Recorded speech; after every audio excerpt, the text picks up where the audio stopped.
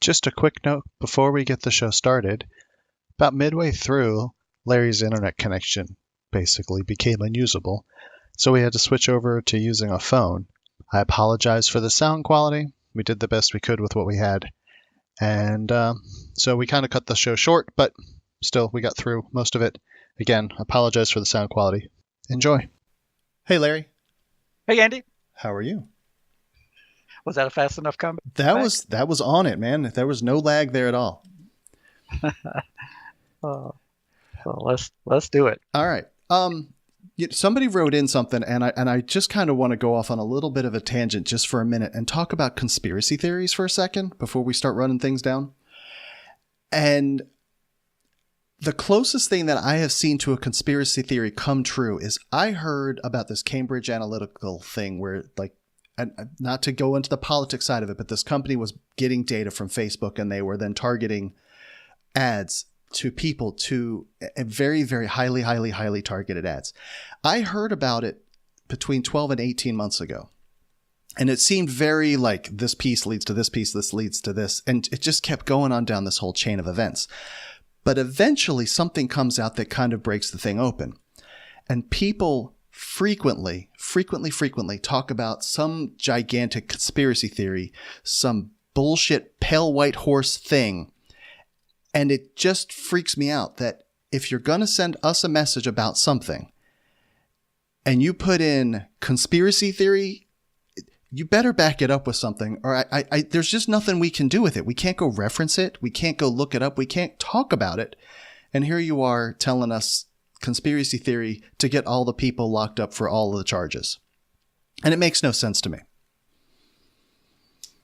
Well, do any of the conspiracy theories make sense when you dissect them? But that's my point, is if the person reading about the conspiracy theory would try and follow the chain of events down through things of reputable sources. If you're following Alex Jones, we have issues right there with your sources. They're demonstrably false, or they're severely lacking in evidence. Not that no evidence doesn't mean it's not true, but it makes it harder to prove something if you don't have evidence to go against. Am I wrong? So, no, you're not wrong. The Apollo program was a conspiracy. Oh, right. That's right. They never landed on the moon. Sorry. I forgot about that one. Yes, that was a conspiracy. You can tell by looking at those shadows in the photos that those were all doctored. And the dust and the camera being there. Was there a camera there to take pictures of the astronauts as they took their first steps? There's a truckload of evidence to talk about how those things have come about. But 9/11, Obama not being from the United States, all that stuff is just garbage to divert your attention from the real issue. So, but we're always going to have conspiracy theories because there are people out there that I guess they have some benefit derived from creating them. It seems like it would be more productive if you're going to say that the sex offender issue that we're talking about is a conspiracy, that if you learn how the process works, how the legislative process works, how it goes through the various houses and the various stages, you could figure out how it works. And then maybe the veil is removed and you go, oh, that's how it works. And it's not a conspiracy. The reason why there are these laws against us is because the people we voted for put the policies in place.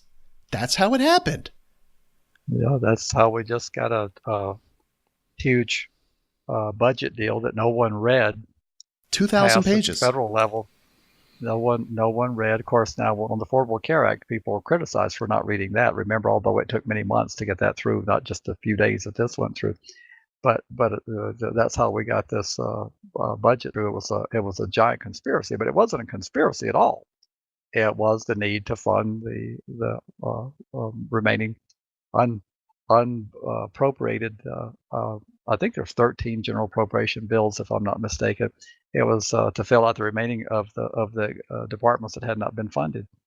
So and the minority party used the leverage it could to extract concessions, because when you're in the minority, you don't have the ability to pass anything. You have the ability to use leverage. So they use leverage to get more programs funded that they wanted in exchange for the giant, humongous increase in military spending that the administration wanted, and the administration could not get support from the majority party, or at least from the more conservative members of the majority caucus, the Freedom Caucus. They couldn't get support, so they had to reach across the aisle and get support from the Democratic Party, which they had to grant concessions. That's how the process works.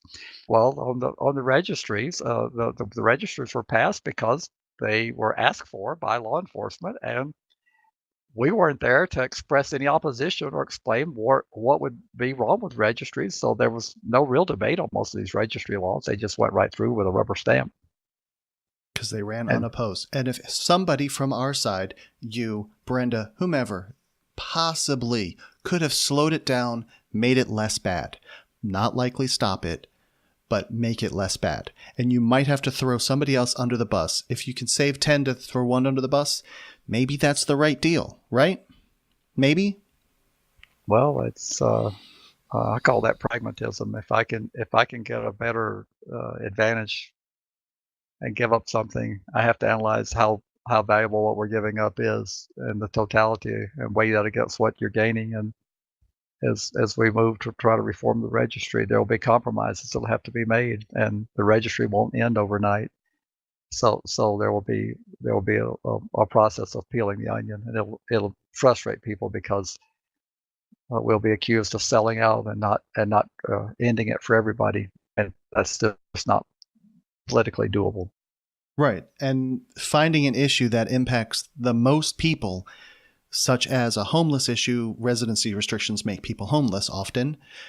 That seems like it would be a good issue to go over, I don't know, against something that is more nuanced, affects less people, but maybe is more popular. And I'm not going to name names. But anyway, you ready to roll? I'm ready to roll, Andy. Let's have. Do we have some exciting news tonight? Yes, there's a bunch of stuff. There's some good articles in there. But if you're listening to us via the website, we're delighted to have you. But it would be easier for you and better for us if you made us part of your feed on iTunes, Stitcher, Google Play, TuneIn. I started uploading to YouTube. I started going to SoundCloud, etc. If you like what you hear, please write a review. And if you don't, forget everything I just said. Fuck you people. You can support us at patreon.com/registrymatters. Even a $1 contribution would be appreciated greatly. So the first article is from the Intercept. Philadelphia DA Larry Krasner promised a criminal justice revolution. He's exceeding expectations. So this guy, I think he won by a pretty strong majority. This would have happened in November. He's a civil rights attorney. And he's doing some really, really interesting things as far as how he is directing his prosecutors to go after cases. And I think this one is significantly poignant because we talked, I don't know if it was the actual subject, but we at least glanced over about DAs. If we wanted to reduce prison populations, DAs could say bring fewer cases. But so he's directed his prosecutors to say, if you're seeking something less than 2 years, just do something like house arrest. Or if prisons cost, pick a number, $30,000, $40,000 a year, put the total, if you're going to put somebody in prison for 3 years, put that it's going to cost $90,000 or $120,000 on the sentencing sheet so that the prosecutor is somehow conscious of how much money they're costing taxpayers. So I have some questions, and I wanted you to explain crimes about paraphernalia. That is a little easier to explain. Okay. There's a number of things that police arrest people for possessing, and frequently drug paraphernalia that would be coming to my mind. So needles, as an example. I'm not a drug user, never have been, so this is kind of a new thing for me. Well, I think that and the clips that you would make a joint. What do you call that? Roach clips. Yeah. And then there's a pipe that you could smoke it in that would have residue, and that would be drug paraphernalia.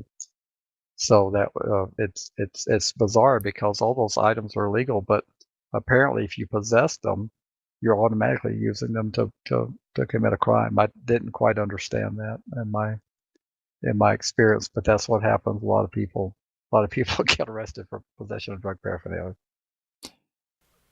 What else? What else did you think about this particular individual taking the seat there in Philadelphia? Well, he's really got my attention when I found this article, because a lot of campaigns are centered around reform. My local district attorney here in Bernalillo County ran as a reformer, and we've seen scant evidence of it. His 2016 campaign, if you were to look at what he's been doing, which is asking for significant, I mean, millions of dollars of more funding for prosecutions to clear out the backlog of old cases. So this guy actually ran on a reform campaign, a similar type of reform campaign, but he actually meant it in Philadelphia, this Larry Krasner. And when you come in with that type of attitude, taking over to change the way the office operates, he apparently had to fire 31 prosecutors right from the get-go, because they were not committed to his idea of how the office was going to be managed. There was also something in there about officers that were listed as a do not call.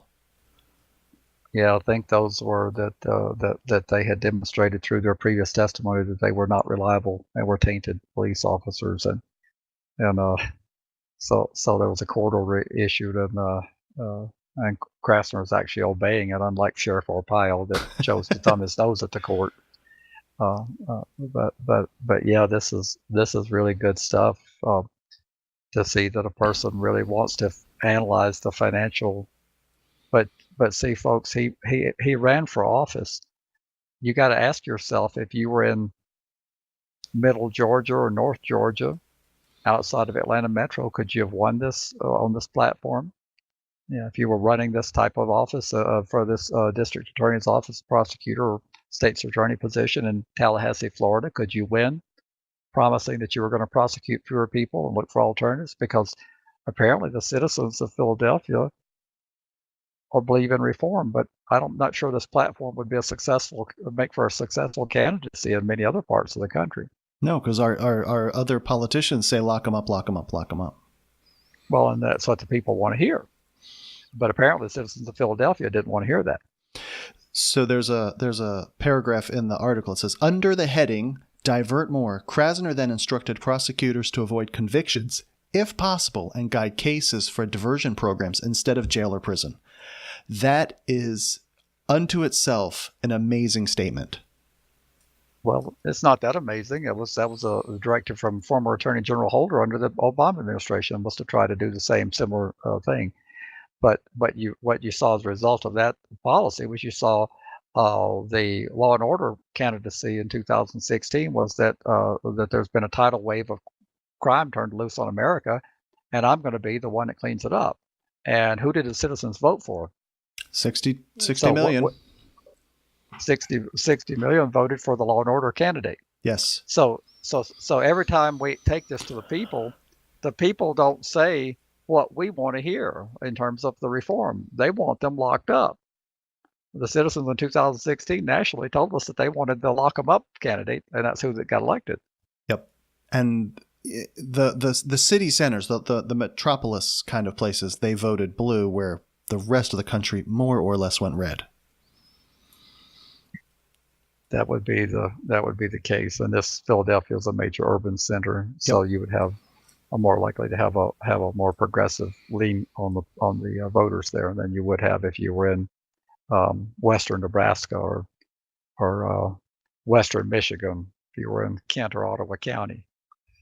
Pick on Michigan for a while. I've lived there before. Okay, yeah, go there. That's fine.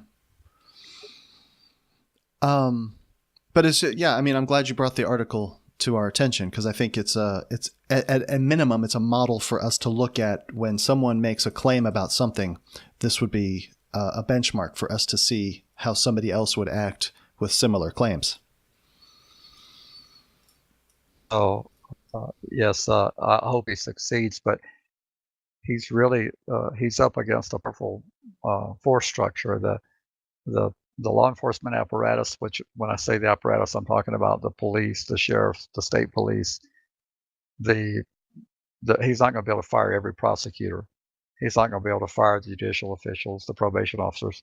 So you've got a whole apparatus that doesn't necessarily think this way, and he can control a certain part of that apparatus, but there will be a lot of pushback against him. The law enforcement apparatus will try to convince the public that he's endangering them, and depending on which way the media covers it, it'd be interesting to see who succeeds, which side succeeds.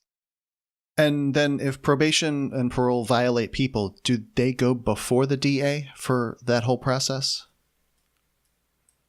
Or generally speaking, probation violations go before a judicial setting, and parole violations generally go through the administrative process, because that's an extension of prison. So you would not necessarily have the DA involved in parole violations, but Okay. in probation violations, generally, yes. Okay. So he does have the ability to impact that side of things too. If someone, if they get caught having a beer, actually the next article we're covering seems like it might be a decent candidate for this. But if you get caught with a beer and your probation officer then violates you and it ends up in front of the DA, he could be like, "You guys are morons. He just had a beer. Let it go." Absolutely. The DA could decline, but then again, you're dealing with that bureaucracy. Say, for example, if the bureaucracy, like in my state, would be probation paroles under state control. So the executive branch runs the state probation parole. So say we have a very conservative executive branch at the state level. They don't like what he's doing when they take those cases to the DA, and the DA says, I'm not doing anything. This is a minor violation. Well, the executive branch has enormous powers. They have relationships with the media. They run the day-to-day affairs of government. And all of their employees that work for the probation parole division, you can put a lot of pressure on the district attorney and start putting out false information. You can start vilifying it. So he's sticking himself out there, and he probably just doesn't care. He's going to do his job the way he sees fit, as long as he has it. But he's not going to have magic buy-in from everybody. There are people that will be in various parts of government that will not agree with what he's doing. Well, spit it out for me just a little bit further. So they start putting out ad campaigns just trashing the guy, but then the election comes around again and the people vote for him again. I mean, he's still the guy in office doing those things, and yeah, the other branch of the government is trashing him, but the people are still weighing in. I guess then, do you think they then change who they're voting for governor and so forth? Well, that's a bigger constituency than the city of Philadelphia, but sure. Oh, true, but, sure. You got Pennsylvania has moved in a very conservative direction, right, as a state. Although they did move away from the governor that only served one term. I'm forgetting his name, Tom Corbett. They just he didn't get reelected. But you can do disinformation. You can smear people. You can start rumors, and a lot of what we hear in the media is simply because a person's not liked. They've irritated someone. So there's all sorts of things that can be done to make this man look bad, and the average voter is not going to be able to dig deep enough to figure this out. Right. Yeah, they're just watching their evening news, if they're even watching that, and they see something go by saying, this DA is making Philadelphians much more unsafe by letting these hardened criminals go free. Far more sinister than that he was observed doing an undercover drug buy or something. Right, I mean, right. you could try to do character assassination on the guy and generate an investigation, and then he's distracted by the investigation of himself. So powerful forces don't like change, and, right. and we've got a person who wants to do dramatic change, and that's hard for the change is hard for people because it upsets the routine. The Titanic couldn't move out of the way of that iceberg fast enough. Well, people's livelihoods depend on the status quo, whatever that status quo is, whether it's big oil, yeah, whether it's big pharma, mm-hmm. whether it's big business with prisons, the criminal justice system, and coming in and saying that we're doing all these things wrong and we're going to not lock up. I think we have 4% of the world's population, and we have what 25-30% of the incarcerated individuals. You are very close on those numbers that I understand them. Yes. So we and Americans don't really like to ever consider that they're doing anything wrong. The average American likes to believe that we do no wrong and we make no mistakes. So you've got that mentality. When you start trying to make change, that's when we got our comment a few episodes back that we should love it or leave it. So change is hard, and you're talking about if you were to move away from this massive incarceration system we have dramatically, where would these people go for jobs and employment? They're trained to work in prisons. Right. It'd be like when you close the industrial plants. These people, that's all they've done for 20 years, and they don't have the skills to go out in the modern information economy.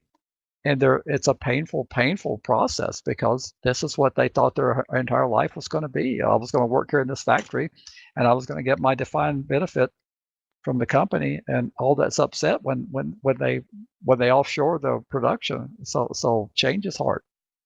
There was a company that I worked at, and they announced that they were closing down. And I heard a lady walking in the parking lot. She's like, "I'm 55 years old. This is all I've ever done. What am I going to do now? No one's going to hire me." Well, and that's there's some legitimacy in that. Without the training, see, America, the training that we need to do to upgrade our workforce, we're not very good at that. Yes, there are places where there's educational opportunities, but education is very expensive, and getting the training for the skills that the modern economy needs is very difficult. I'm not saying that these things can't happen, but it's a painful adjustment when you're going from that type of work to relearning, training all over. And a 50-plus-year-old has, well, I've got to go $40,000 in debt to get trained to do something I'm only going to be able to do for 10, 12 years. Yeah, that's a hard equation to try and follow. So it's easier to be mad at the system and say that we just need to keep the status quo. And the last presidential election catered to a lot of that. They were able to tap into a lot of that people's pain because of the dramatic change in the economy. And the middle class, as they knew it, had passed them by because of offshore. Primarily, offshoring has done a lot of companies moving their production offshore. It's hard to argue with paying somebody $1 an hour versus 25. It's really hard to argue with that. So, well, that's what I told a good friend of mine recently. We were at a debate, and I said, well, Americans can be really competitive. All we have to do is scrap all of our environmental regulations. We don't need to worry about water, air. We don't need to worry about job place safety. And we don't need to worry about employment benefits. And we don't need to be worried about attractive wages. And if we do all that, we will be very competitive. Absolutely. With the rest of the world. Big screen, flat TVs. Absolutely. That's all we have to do. 2.3 cars per person, whatever that number is, or 1.5 cars per person. But the average American doesn't want to give up all those things to be competitive. The average American is not going to want to work for $1 an hour, not going to want to have a lack of any benefits whatsoever to their job. They're not going to want to totally scrap the environmental regulations and safety regulations. So those are not feasible adjustments. So we have to do it with productivity. If we're going to have an advantage, we have to do it with enhanced productivity. And that means mechanization, because they don't require benefits. They don't require time off. They don't require maternity leave. The machines just keep working. But they do require people to support them. Yes. But the people that support them have to have skills generally a little bit higher than what the people were that were feeding that garment. Absolutely. Through the device that was doing whatever garment factories do. Mm-hmm. When we used to be a major textile center in this country, we're not so much anymore. Shoes, I think, have all but vanished from American production. There might be a little bit of a New England shoe business left, but we've largely given up on textiles. We've given up on shoe manufacturing. We've given up on small appliances. We've given up on electronics. We still do make some heavy industrial equipment here. We're good on airplanes, but a lot of manufacturing here that we used to do is no longer around. We are still a massive manufacturing powerhouse, Absolutely. Absolutely. People go, there's a lot of stuff made in America. When they say nothing's made here, there's an awful lot of stuff made here. But a lot of stuff that used to be made here is not. It just so happens it's of a much higher value instead of it being commodity. I don't know if I'm using the right words there, but that's, like you said, making shirts, not custom tailored French Armani suits, whatever, but just your run-of-the-mill Walmart t-shirt type things. You'd be hard pressed to find any garment like that made in America, as far as I know. Yep, agreed. Ready to be a part of Registry Matters? Get links at registrymatters.co. If you need to be all discreet about it, contact us at registrymatterscast@gmail.com. Call or text a ransom message to 747-227-4477. To support Registry Matters on a monthly basis, head to patreon.com/Registry Matters. Not ready to become a patron? Give a 5-star review at iTunes or Stitcher. Or tell your buddies at your treatment class about us. We want to send out our big, heartfelt support for those on the registry. And don't forget to say, fuck you people. You fucking matter. You make it possible. We got some good news from West Virginia.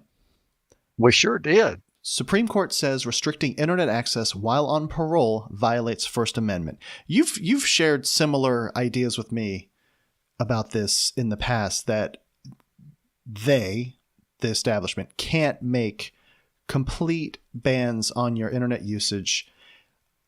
And I think the caveat there would be, if you've got an internet-related crime, I think then there's probably some precedent for it being there. But if you Romeo and Juliet and then it's 20 years later, they can't take it away from you or restrict you from it up front.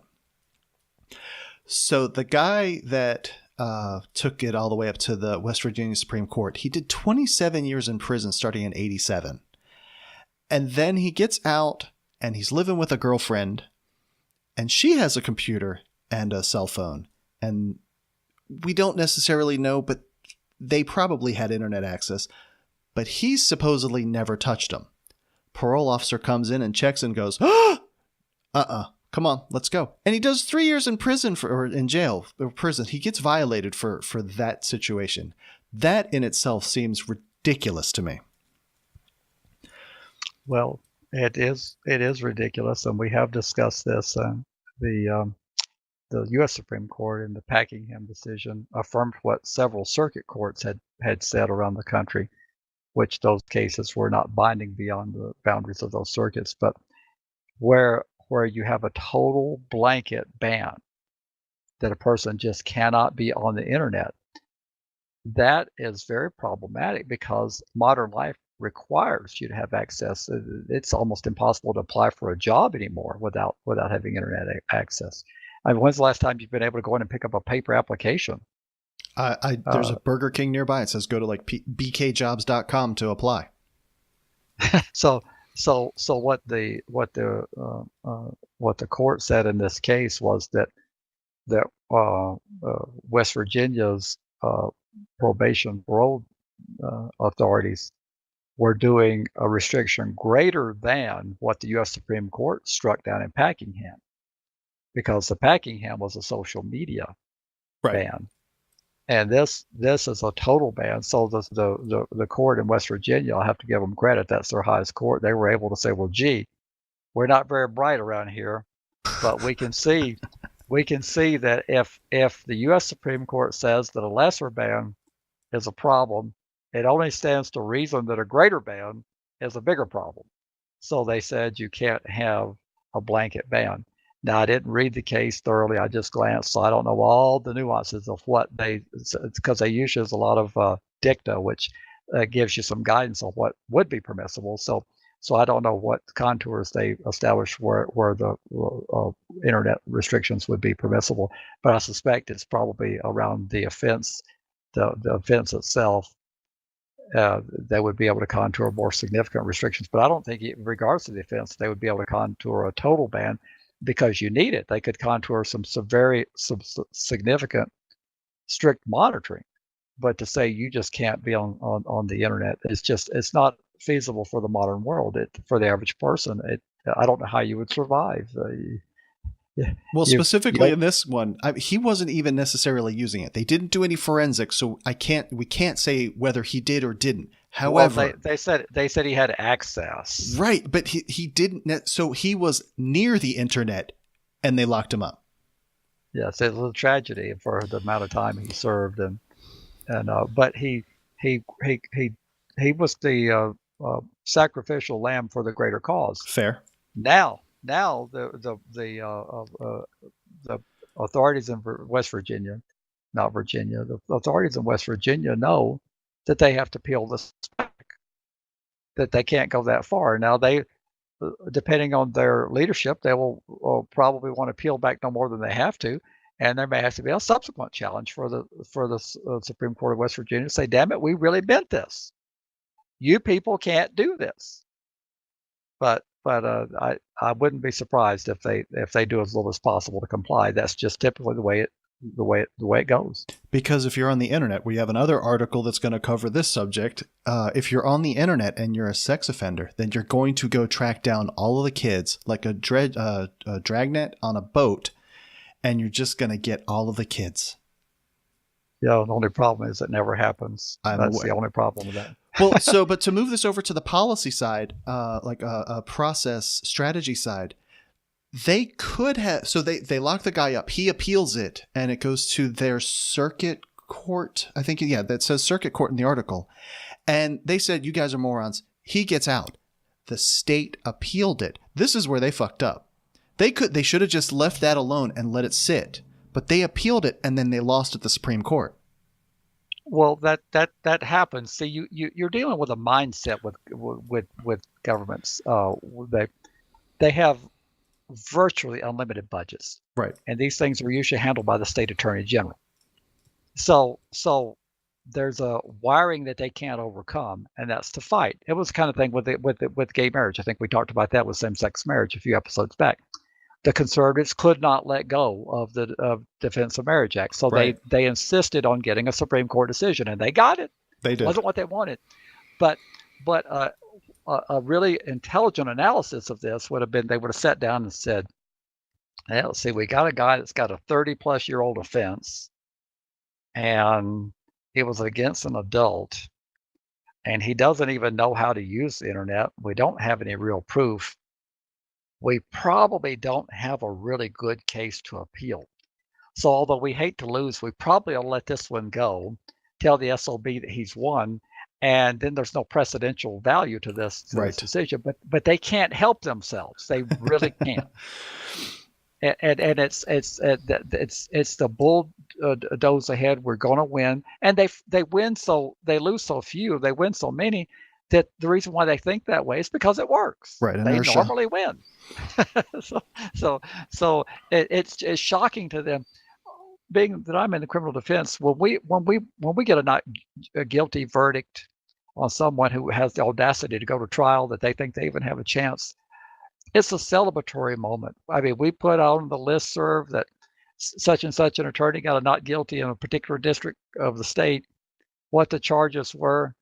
It makes no difference to if they could be guilty of sin. We celebrate because we seldom win, but these people seldom lose. Right. So they can't wire themselves to think that we need to analyze this case, and maybe this is one that shouldn't go up. But now they've learned. But they will not be able to wire themselves to actually fully comply immediately. So they're not going to take a robust effort to rewrite their policies and get it out to all their field offices and get people so they can access the internet. They're going to wait for challenges, and I would bet all over the state of West Virginia there'll be people that will have to go into their courts, and they'll have to cite to this case, and Justice Ketchum's a majority opinion. They're going to have to do that to finally get these people to do what they ought to do, because it's the right thing to do. They're not likely to do that. And the listeners out there, they'll say, "Well, there he goes again. He's so negative." I'm just telling you how they are. I don't make the rules how they operate, but this is how they're likely to react. But you can look at history and prove this one. You don't have to be tainted and slanted or cynical even to think this way. You can just look, 95% of cases don't make it to trial. They take a plea deal. It's a similar thing. Yeah, well, and any victory that's won by our side usually gets appealed. But you got to understand, Andy, you have to give people hope. So you tell them what they want to hear. So I'm telling them that the state of West Virginia will probably fight and people will still probably get violated. That's not a message people out there listening want to hear. They want to hear that Virginia has immediately, forthwith, sent out an email to all their division, all their field offices, and they've scheduled a massive retraining to get their officers to know that they can't do this anymore and that they've got people in line. That's not likely the way, but that's what people would prefer to hear. Oh, negative Larry. And I can't help myself because I can't wire myself to tell people what they want here. I don't want to do that either. If you are listening to us expecting that message, go find another show. I'm not trying. I don't want to sugarcoat it, but I also don't want to make it worse than it is. All right. This is for you to set up about the Minnesota, from the Washington Post, the Minnesota loophole and groping.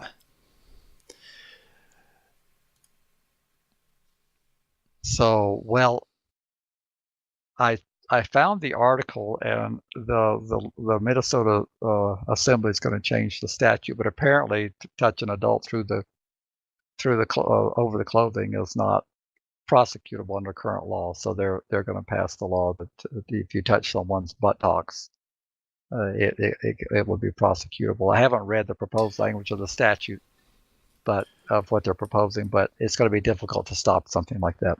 Well, sure. And so in the article, it says, on Thursday, a state Senate committee approved a measure to get rid of the exemption and make groping of the buttocks a misdemeanor punishable by up to a year in prison and a $3,000 fine. I mean, like, first of all, you're a dick for just running around and touching people's butts. There was a example of somebody at a gym, and he reportedly did it 4 times in a single day of some chick doing squats or lunges or whatever, and he goes up and cups their rumps. I mean, you're an asshole, but why wouldn't that be some form of assault? It doesn't have to be sexual assault or sexual misconduct. You have put your hands on someone else. Shouldn't that alone be illegal? Well, it probably is probably a battery. I think that would But see, that you got to understand, people want a more serious charge. It's not enough that we have a way to prosecute something. It's that it has to be a heinous prosecution so that they get the picture of how ridiculous. So it would be interesting to know if this is going to be a registrable sex offense, because if a battery would probably be what you could prosecute now, I would bet, but that's not going to have a sexual offense registration required to it. So I don't know the answer to whether this is going to require registration or not. Right. But I'm guessing it will. Well, it says, in fact, the state's main sexual conduct statute specifically exempts intentional touching of the clothing covering the immediate area. This is just so funny. Covering the immediate area of the buttocks from criminal sexual misconduct. And later in the article, it says that they possibly did it because they can't find anybody that says, well, why'd y'all do this? But possibly so that a coach swats one of his players on the butt and says, hey, good game, or, go get him, Tiger, whatever. And so they exempted it for that reason. And I just find that it's like, so when the school year starts, there has to be some sort of permission slip that you send home to your parents that says, hey, Coach Taylor might want to touch your child's butt. Are you okay with this? And you have to sign a waiver. Well, I was thinking this was related only to adults, so I didn't think this applied to children, but as I read the article, but now it won't let me open it again because I've already had my 5 views this month. I can help you with that. Do you want me to get you the article? Not really. I think this is a section of law that applies to adults touching another. I don't think this is applicable to children. But the reason why I say that is because they said they specifically said something where about, like, they made the carve out so that, if a teacher, coach, whatever, swats the kid on the butt and says good game or get out there, toughen up, whatever, some in law enforcement had taken to calling it the coach's exemption. One explanation, they said, was that lawmakers at the time wanted to create leeway for football coaches who were worried they would be accused of crimes for giving players a motivational smack on the rear. So we'll definitely have to close that loophole. Because you don't want to motivate the kids. But, you know, in the hindsight of the Larry Krasner stuff, yeah, we just have become hypersensitive. Any touch is bad touch. There's no context given. And so, I mean, I don't know. Hey, could you just say this isn't acceptable? Don't do that. And the coach then just say, yeah, sorry. I was just trying to motivate you to send it out there. I didn't mean anything by it. But everybody's all hypersensitive about all the things. Yes, indeed, that is the case.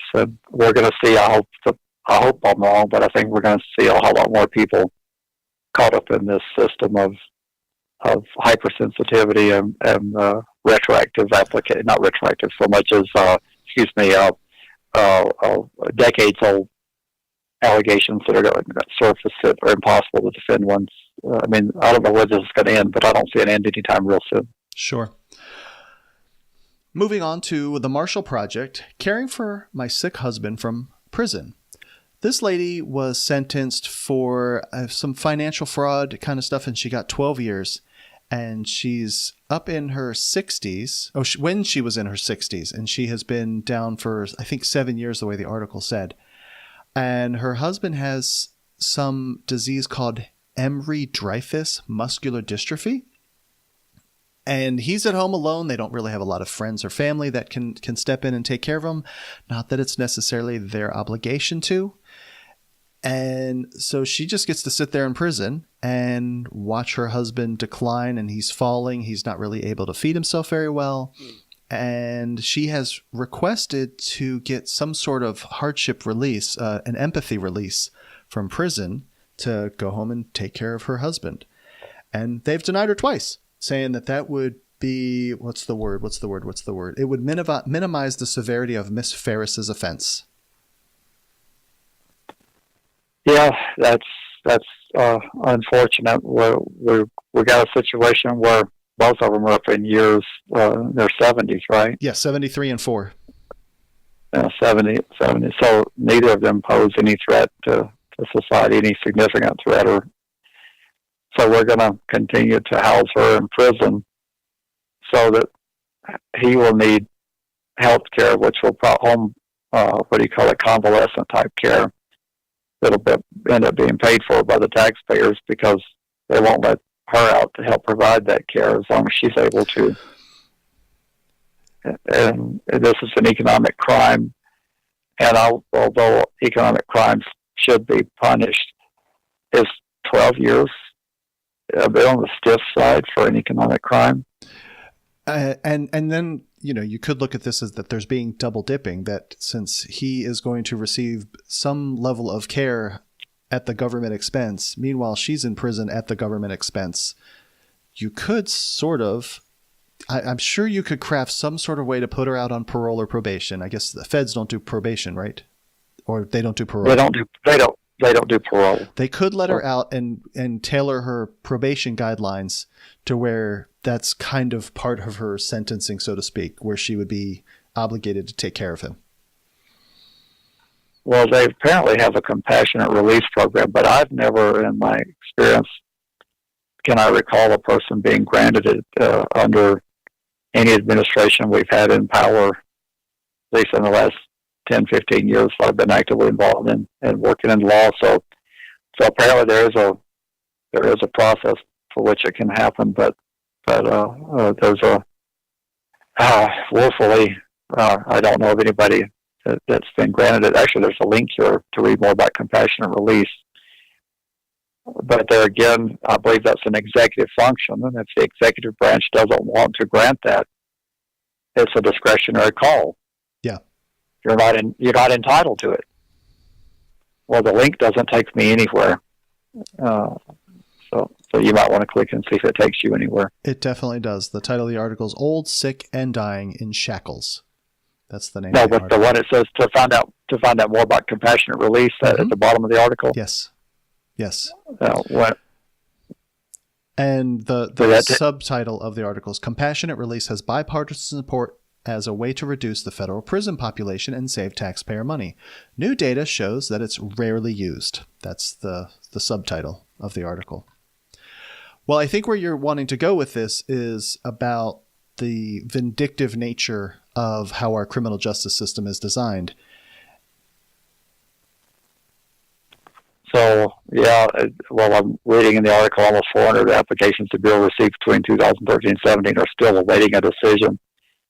But apparently the Bureau has to approve it, and then it's based on a judge who makes the ultimate decision, passed on to a judge.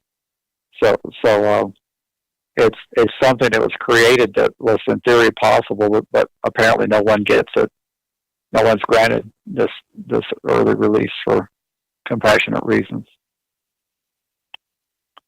Well, that's just really a tragedy.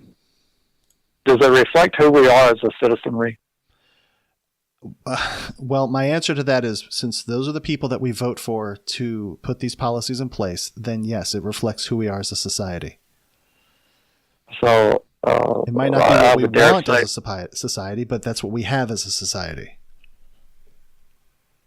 So when it says compassionate release dates back to an overhaul of federal sentencing laws in the 1980s, which was done when we had the first conservative swing through when they took over the executive branch in the Senate in the 1980 election, and they abolished parole, and they did away with good time. Effectively, there's 15% possible now in the federal system. But it says Congress supplied a safety valve, giving judges the power to retroactively cut sentences short in extraordinary compelling circumstances. But a court could do so only if the Bureau of Prisons filed a motion on the inmate's behalf. So the Bureau has to apparently request it, which they're not doing, and then a judge has to grant it. And it says, for years, the agency approved only prisoners who were near death or completely debilitated, while non-medical releases were permitted. An Inspector General report found in 2013 not a single one was approved over a 6-year period. So something's been in place for almost 40 years, and it's rarely ever used. That would be the case. That's awesome. To help people that are in this case where Miss Ferris is 73 years old for a crime, a white-collar crime, so you could then argue not really a victim crime, and her husband is suffering at home, and they won't let her out. What would appear to be kind of like the model reason for that policy to be in place, that she could get some sort of release to take care of her aging and failing health husband. So, yeah, the article is pretty extensive. It says that former Attorney General Eric Holder promoted the changes to include inmates over 65 who are the sole possible caregiver of a family member as part of his Smart on Crime initiatives. But the Bureau, which is part of the Justice Department, has yet to fully embrace those changes. Of the inmates who applied for non-medical reasons, 2%, 50 cases have been approved since 2013. So, yeah, your odds are not good. Right. And then I skipped one. What did you want to do with the article about Guantanamo? It was mainly to pontificate about indefinite detention and how we've become desensitized. America was the beacon of the world where due process was a given. So we've got people that have been, the number has shrunk under the former president to be a very low number, 40. I think it says 41. But at one time we had hundreds detained, and they were never formally charged with anything, and not a war crime, not an espionage. They were held as detainees with no due process afforded to them. And when we're willing to sit back and be desensitized to a person not being brought in a tribunal and being able to know what they're accused of and have some evidence put forward, that speaks a little something about what can happen next to the erosion of liberty, because the population as a whole has not cared much about Guantanamo. It's off the radar. There's been a few lawyers who banded together and tried to get these people into the justice system, into the court system. But we should not be detaining people without formal charges, without any due process. That goes against everything that we stand for. But yet we've been doing this for 15 years now. So that was what the article was in there for, is to say, hey guys, if if you're willing to write off a due process, don't be surprised if yours goes next. Well, I'm now going to push back and go, these are people that are non-Christians. They serve a different type of God than the American philosophy does. And people like them, and I'm using that in a very kind of stereotyping, general, derogatory way, they drove planes into our buildings and killed a bunch of our people. Shouldn't we go to the ends of the earth to get them and prosecute them in some form or fashion? Well, that's exactly what I would agree with. But if you've got that type of evidence, why don't you put it forward and why don't you prosecute them? Why are you holding them for 15 years without charging them with anything? If they're that evil, you would think you have a little bit of evidence, wouldn't you? I agree with you. They're probably treated better than the people in many of our states' prisons.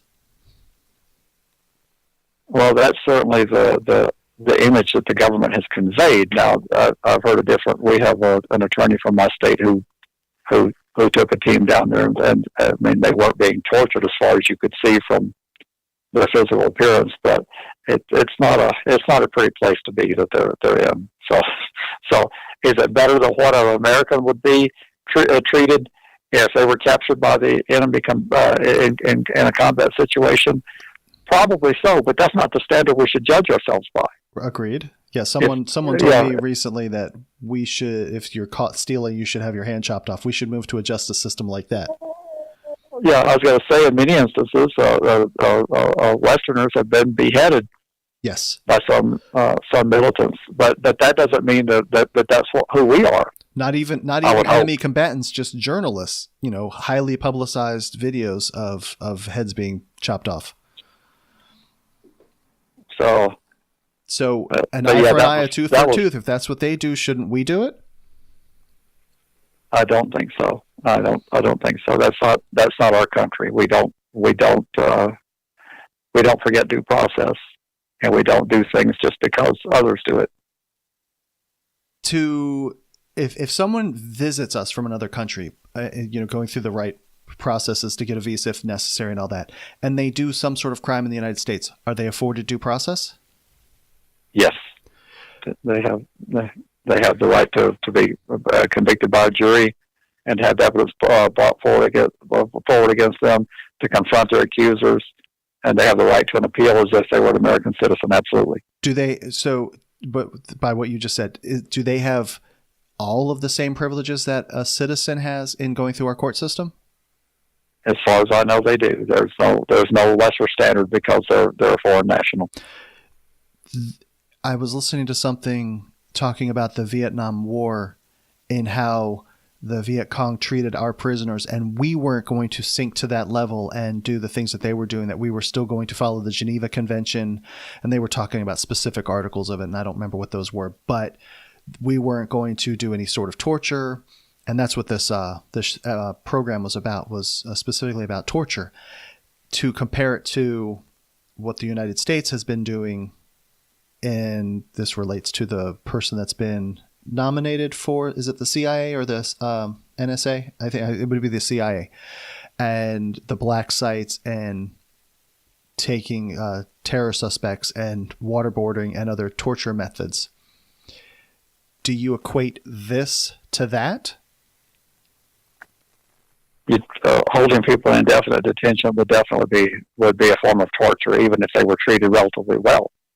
Because if you don't know what you're being accused of doing, and you don't have a tribunal to face, and you don't have anybody accusing you of anything, and you don't have the right to cross-examine them, and you merely just think how incensed an American president and the American population would be when an American is detained somewhere, and they say, well, when American authorities find out about a person, and they say, well, why are you holding them? They say, well, Mr. President, we really don't have to tell you that. Well, when will they be afforded the opportunity to appear in court? Well, we really don't tell you that. It's national security.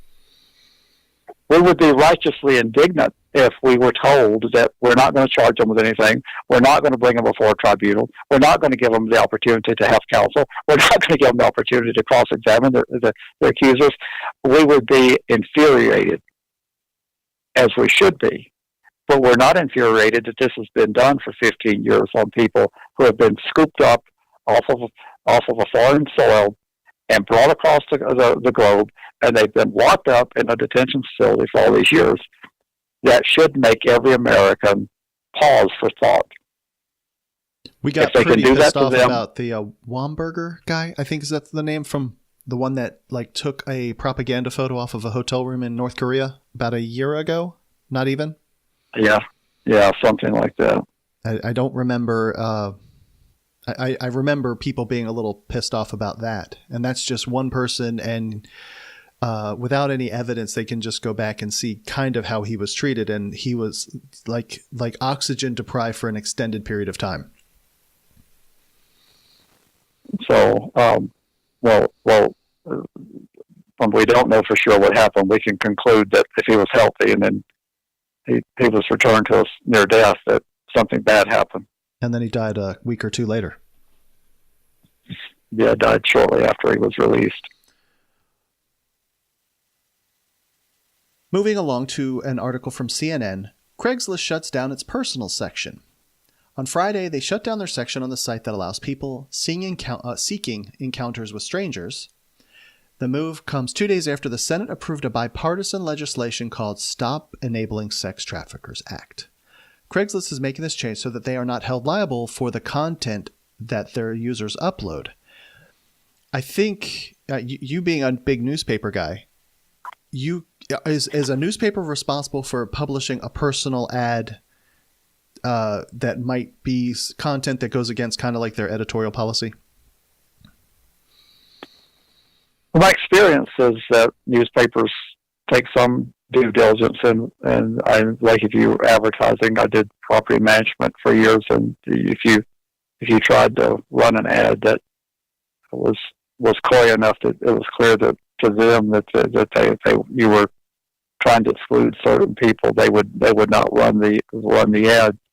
So if the newspaper is clear that the way you've got your ad worded that you're trying to attract something to be illegal, I would think that they would not want if they're retro publication, they would not want to run that.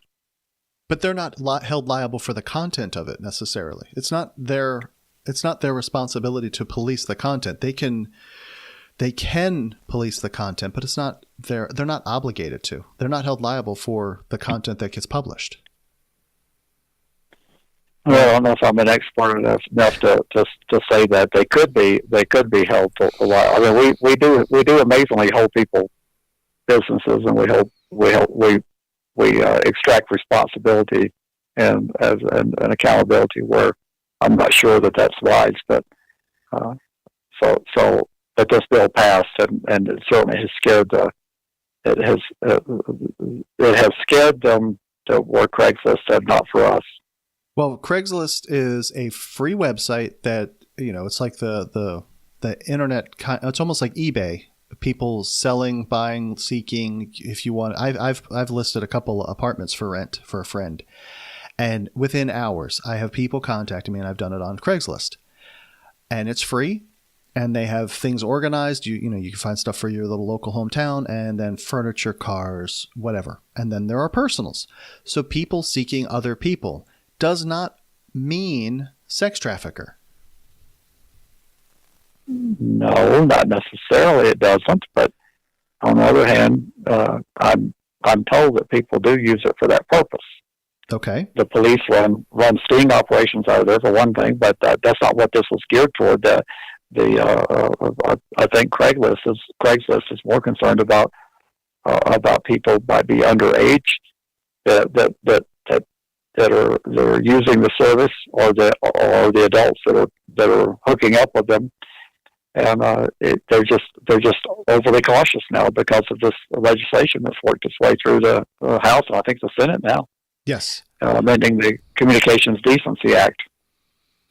And this is of interest to me from the point of view of being tech, but if the sex traffickers are out there, and if they were using Craigslist, there has to be money in this industry that they are going to go find it somewhere else. They're going to get Absolutely. their marketing message somewhere else. Wouldn't it be wiser for the government to know where to go look for the sex traffickers to then monitor it and take them down versus then pushing them off to another place where they might not know? That kind of sounds like the argument we make about residency restrictions on the registered citizen. Right. So, I mean, there's something called Tor that would let you anonymize how you browse the internet and makes it very difficult for the government to trace you back. And then there are websites. There was a big thing 6-7 years ago about the Silk Road, where people were selling drugs or weapons, and it was an eBay kind of place for whatever, and it was anonymous, and people were using Bitcoin, which is an anonymous currency. So now everything is completely black, and they shut it down, and immediately Silk Road 2 pops up. People still use cryptocurrencies to pay for stuff. Better to know where to go look for the things instead of then pushing everybody into the fringes, and now you don't know where to go look. I tend to agree with you. I think that politically, though, when you look at the title of this legislation, I mean, just Stop Enabling Child Sex Traffickers Act, how are you going to vote against that? I agree. How are you going to vote against that? What would happen in the next campaign cycle? Yeah, they would be roasted. They would say that, and Senator so-and-so voted against legislation to stop enabling sex traffickers. Right. So, and then you can't soundbite your response out. What you just explained took more than what you can do in a soundbite. Right. And our political system operates in soundbites. So Craigslist in a statement said, any tool or service can be misused. We can't take such risk without jeopardizing all of our other services, so we are regretfully taking Craigslist personals offline. Hopefully we can bring them back someday. So now, I don't know, however, maybe you want to go meet up with the local, however you want to hook up, I don't care. But now you have to go find someplace else, and it was a free service, and maybe you like to go meet random people in bathrooms at truck stops. I don't know, but if that's your thing, that's your thing. I've heard people do that. I remember a senator from Oregon. No, it's Idaho, not Oregon. Don't let me offend our Oregon listeners. It was Senator Larry Krasner from Idaho who apparently liked to hook up in airport restrooms with other men, and he was a right-wing family values type of guy until he was found to be trying to entice an undercover officer in the restroom of a Minneapolis-St. Paul airport. And then rather than keeping a low profile, he said, I want you to know something. I'm a United States Senator. And they said, oh, is that right? And what do you suppose happened next after he announced that he was a United States Senator? I don't know what. He got a lot of publicity. Oh yeah, okay. Well, of course that, yes. But as a beat officer, as an officer on the beat or working a particular beat, you're not going to recognize, if you're in Minneapolis, you're not going to recognize Senator Larry Krasner. I mean, who can name senators from outside their state? Definitely. So when he gave him his ID and said, my name is Larry Krasner, nobody would have given that a second thought, except for what he said, and do you know who I am? And the officer, I'm sure, said, no, I really don't. Well, I'm a U.S. Senator. And then, of course, that's a big catch for you. Of course. That's a big, I mean, you've ensnared something big. So, of course, that hit the press. If he had never said a word about being a U.S. Senator, it would have gone through, those were citation offenses. I mean, it wasn't anything where he was arrested and hauled away. They gave him a citation. He's not supposed to be trying to pick up guys in the bathroom here at Minneapolis Airport. And he would have gone all about his life and paid the fine, but he had to announce that he was a United States Senator. So all the United States senators that are listening, if you ever get caught doing this again, you probably ought not to tell people who you are. Right. And then for our last article, the title is, it's a letter to the editor at the Daily Journal Online. Money is the enemy of truth. And this is an article about Missouri civil confinement or civil commitment, sex offender civil commitment, that costs $35 million per year to house approximately 250 offenders. And there's an establishment in place that does not want to let them go. And there's no process for them to ever really get themselves treated out of the program. Tragic, Andy. The civil commitment is declare all states have a form of civil commitment, but the civil commitment we're talking about is uniquely tailored for sexual offenders, and often it has a less robust due process, lower burden of proof required, and less robust review process for being released. And these people are being warehoused for years and decades, and there's very little that can be done about it. The litigation has been tried at all levels and been unsuccessful. We had a U.S. District Judge in Minnesota who struck down their civil commitment. Of course, Minnesota appealed and they won. The Eighth Circuit reversed the trial judge. So the only way we'll change this is through legislative action. And the legislative action is difficult because the apparatus will defend and say that we're keeping society safe from these horrible people, and it's hard to vote. It's hard to vote against that when the testimony is, and as we discussed earlier in the program about the status quo. There's hundreds of people that are making their living off of these civilly committed individuals, and they're not ready to. When's the last time you've heard someone stand up and say, "What my job is totally useless, and I'd like to see it eliminated"? Right. And I'd like to. I mean, can you think of an instance where someone has reported that about their employment? No, they generally don't do that. So it's not likely that the civil commitment apparatus is going to be in favor of dismantling themselves. Right. In the article, there was a doctor who works for the Department of Mental Health there, and he's a noted expert in sexual recidivism, testified age is the single potent dynamic risk factor, short of death, that we have right now in the prediction to reoffend. So few men in the 60s, even those with histories of multiple sexual offenses, reoffend as to make the recidivism rate of this group of men approaching zero statistically. But they're still there.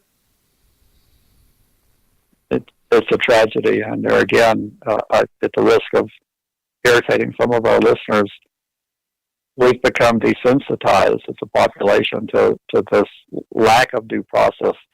The due process these people are getting is a sham, and they've served their time in prison, and this is something that follows them after prison. Magically, the government decides that they need mental health care. They disguise this because they couldn't do it as incarceration, so they can't say we want to just.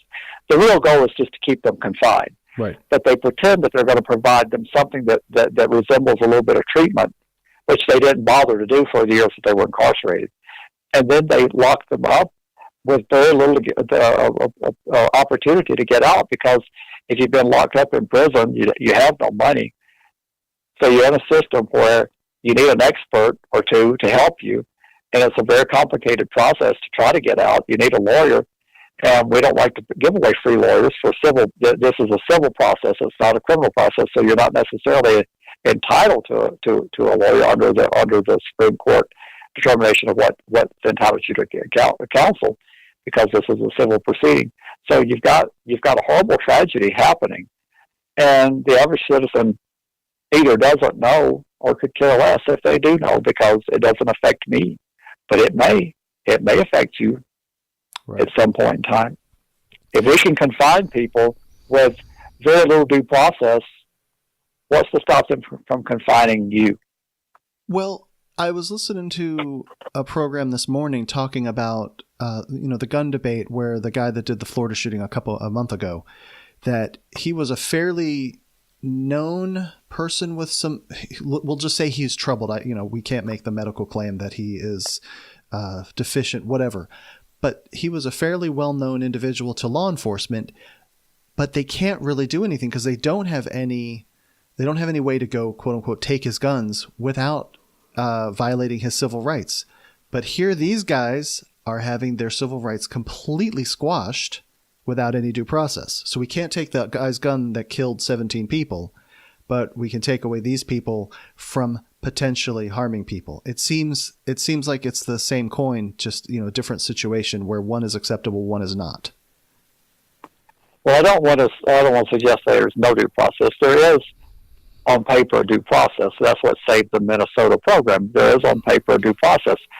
But what's on paper and what's reality is not necessarily the same thing, because imagine if you've been incarcerated for a number of years, and at the end of that period of time, they say, we're going to file a petition to civilly commit you. Okay, when you looked at your bank account, what was the balance after you've been incarcerated for 7 years? It was pretty low. I would imagine that that's the case with the average offender. So then they say, you've got 30 days to file a response to this pleading. Well, how many lawyers did you have on retainer ready to that you could call on to file a response to their petition? Because they serve you the petition, and then you need to file a response. So you're up against, you're in an impossible situation. You're in a correctional facility. In most instances, they do occasionally file on people that are not in correctional facilities, but in most cases, you're in a correctional facility and they're trying to extend your confinement. So the petition is filed, and you're helpless because within the statutory scheme, it doesn't say, and all individuals whose petition for commitment of assault shall be entitled to competent counsel at state expense if they can't afford it. They shall be entitled to funds for expert witnesses. Those things were not written into the statutory scheme. And that the state shall bear the burden of proving beyond a reasonable doubt would be too high, but by the clear and convincing evidence that this person poses an elevated risk to do sexual harm or commit a violent sexual offense or something like that. They don't have a very high bar. They just say that they have to have a mental abnormality that renders them difficult to control their impulses. And some bogus language like that's very minuscule that they have to meet. If you're doing a regular civil commitment of a person, it's a very, very difficult standard because like the guy in Florida, they needed to prove that he was an imminent threat to do harm to himself or others. But in this arena of sex offender commitment, the standard is much lower. It's much easier to commit a person. And then when we don't provide them with the mechanisms and the resources that they need, they end up in the facility. Well, then the facility doesn't want to let go of them because that's how they operate, is to keep the population means funding. So they're not charged with discharging as many people and releasing as they can. Their mission is slightly different, or either unclear to them. So if it was required by statute that after a person's been in this facility for 180 days, if the state can't show X, Y, and Z, they shall be released. But that's not in the statute that way. It's that the person has the burden is put on them to show that they should be released. It's all crazy. It's a blemish on American honor. And I'm willing to say that it's a blemish on American honor that we would do this to people, and we should be ashamed of ourselves. You said something to me on the phone recently where there are, in relating to capital punishment, that there are many states that won't extradite people if they are being sought with the death penalty. Countries, not states. Sorry, yeah, I'm sorry. Yes, countries that will not extradite people that have the death penalty being held over them. And that's sort of similar. That happens when a country that doesn't allow capital punishment, when an American is being sought for extradition, they will decline the extradition because the prosecutor is forced to take capital punishment off the table, and prosecutors hate it. But if they want to put the person in life for prison, so at least they can feel that they've accomplished some amount of vengeance, then they will take the death penalty off the table so that the country will extradite them. I just use that as an analogy of when you're saying the blemish on our American values and so forth, and that's something a little bit more concrete to put our fingers on. Well, it should be the fact that we will lock someone up after they do their time and not provide them with anything in the way of meaningful defense and resources so that they can get out and secure their freedom that never should have been taken away from them. That should be shocking and appalling to the average American. It isn't, but it should be. There was the lady that debated Emily Horowitz, and she said that after the age of 18, you can treat minors for whatever their sexual deviance might be. But as soon as they turn 18, there is no treatment. That's what her belief is. Well, I don't know how to respond to a person like that. Yeah, I mean, that's completely... To say that literally on the day that of 18 years from the date of your birth, that all of a sudden you are now no longer treatable, but yesterday you were treated... It's ludicrous for someone to think that way. People would mature at various rates. Some people may not be able to age out of a program like this. Some people might be able to be treated out. Some people might not be. There would have to be a way for someone to... You're never going to get it down to 0% chance of someone reoffending, but I don't know. This just seems ridiculous. And like going back to the title of the article, that money is the enemy of truth. So they're spending $35 million a year to hold these 250 people for what? Well, it's a form of preventative detention, and that's not American values. We don't lock people up for what they may do. Right. Everybody will be locked up. We lock people up for what they have done. Yes. And when they pay their debt, we turn them loose. Yeah. We had a comment on the website that I wanted to read, and it was about episode 16 where we had Brenda Jones guesting. And she said, I guess, I'm assuming Saddles, I don't know the gender. So Andy, Larry, and Brenda was listening to the podcast last night. Well, it was very nice to hear Brenda and Larry describe some of the issues, and even how Brenda got involved in all this. Also the ordeals of looking up laws and trying to come up with the logic and reasoning to all this sex offender hoopla.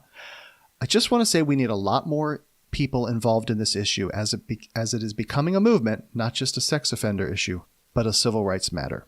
Saddles, I think you made a very good point and very much greatly appreciate having comments sent in. Love hearing feedback on the episodes. And if you want to reach us, you can do so by a number of ways. Registrymatters.co, or you can email an old-fashioned email at registrymatterscast@gmail.com, or you can phone call or text 747-227-4477.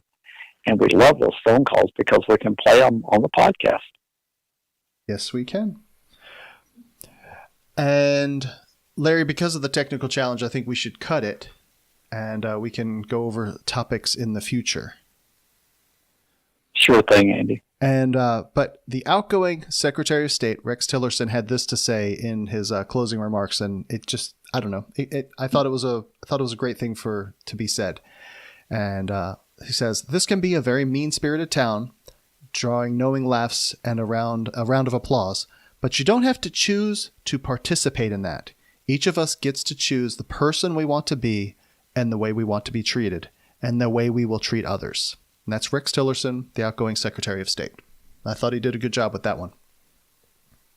He did indeed, and I thought of the cabinet selections, so he was one of the finer selections of the president. So it's unfortunate that he's a great chief executive, and he sacrificed that career to serve his country as the Secretary of State for a period of a little over a year, and now he's out. So yep. By tweet, he was fired on Twitter. I think in my lifetime I don't remember that ever happening before, but. Larry, as always, I greatly appreciate it, and I'm sorry about the technical challenges, and we'll see what we can do about it going forward. Thanks, Andy. Have a great night. Talk to you soon. All right.